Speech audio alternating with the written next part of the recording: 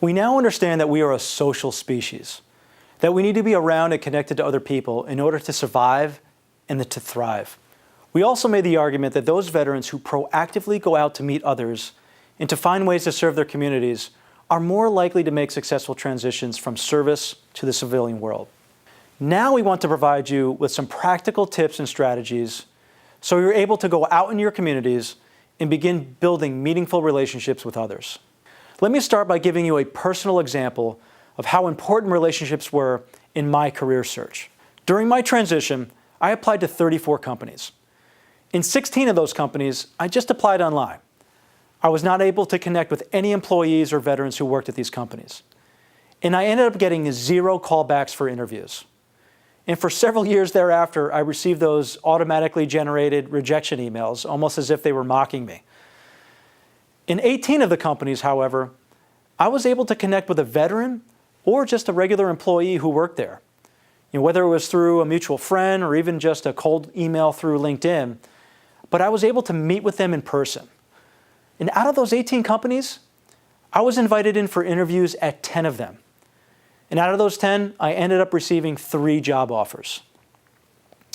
So literally, the difference between getting an interview and then a job offer and not even getting a phone call back was being able to meet with a person at that company. So why is that?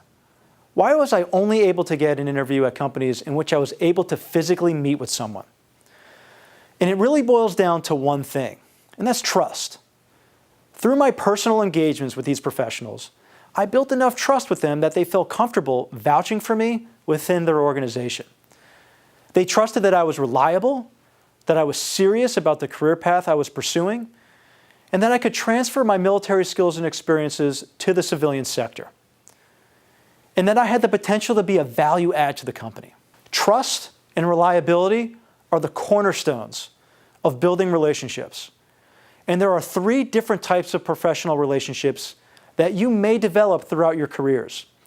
And I'm sure all of you have already experienced at least 1 or 2 of these types during your time in the military. And these are coaching, mentorship, and sponsorship.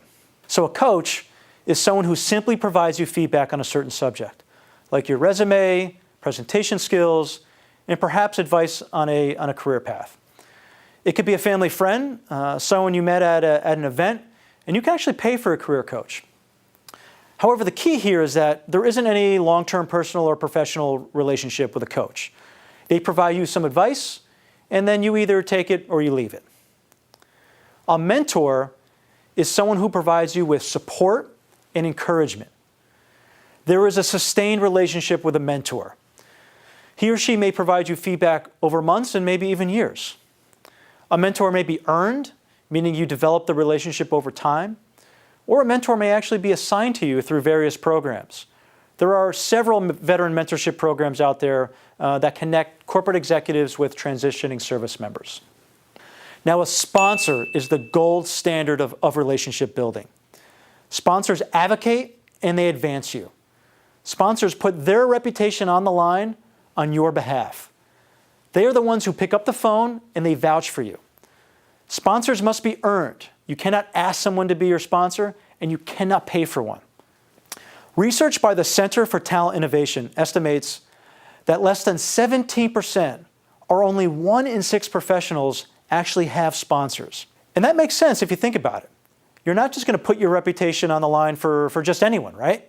People need to earn your respect and your trust before you're going to pick up the phone and say, Mike's a solid guy, he would be a great fit in this position here. And in the veteran community, sponsorship is even more rare. We found that only 2% of veteran professionals currently in corporate America have sponsors, which may be one of the reasons why transitioning into new careers can be so challenging. So when we look at why I was able to get interviews at 10 of those companies, it's because the person I connected with and built a relationship with, they sponsored me. They vouched, and they put their reputation on the line for my behalf. And these are exactly the type of relationships that you need to develop when making your career transition if you want to get that interview and be considered for that job. So how do you go out there and begin to develop relationships? Here are a few tips. First, and veterans ask me this all the time, how do you actually go out there and ask someone to get a cup of coffee and to have a conversation about your transition. It can be a very awkward thing to do for many. And I say that, first of all, people love to talk about themselves. So when you're reaching out to others, tell them that you're interested in learning about their career path. Ask them about what they do at their company. Ask them about their industry that they're in. Ask them about their company and the divisions and their business model. Let them do the talking. Let them feel like they are the ones who are teaching you. So at this point, you're sort of intelligence gathering right now. And also make sure that you research the person you are meeting beforehand in his or her company and prepare some questions. Bring a notebook. Take notes. Ensure that they know that you took the time to prepare for the conversation and that you value their time. Remember that every little detail matters. Be on time. Dress for the position you want. Make sure that you adhere to proper email etiquette when you're communicating. Don't give them any reason to not help you. Have an idea of what you want. The absolute worst thing that you can do is tell someone that you'll do anything, because you can't give them any opportunity to really narrow down and help you out. Give the person some direction. Help them help you. Do not explicitly ask for a job or an internship.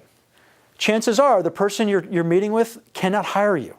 So don't put them on the spot. They know what you're after, all right? So you don't need to ask for it. Keep the conversation informative and casual. Ask to be connected to other veterans at the company. The more people you can network with, the better. Follow up 24 hours later with a thank you email. Or, if you really want to stand out, send a handwritten thank you card. And lastly, ensure that you follow up and deliver on what is asked of you in a timely manner. It is your responsibility to develop the relationship. So when you start to transition, people are going to tell you that you got to get out there and network. It's about who you know. But you know what? That's no longer the case today. It's not about who you know. It's about who knows you and who trusts you. When an opportunity comes, be the person who gives instead of asks, and you will begin to have opportunities come your way.